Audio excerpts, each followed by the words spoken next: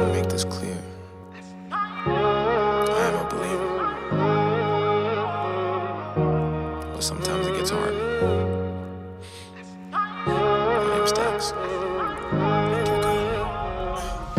Dear God, there's a lot of questions that I have about the past, and I don't want to hear it from a human. You made it, so you're the last person that I'm ever gonna ask. Tell me what's real, tell me what's fake. Why is everything about you?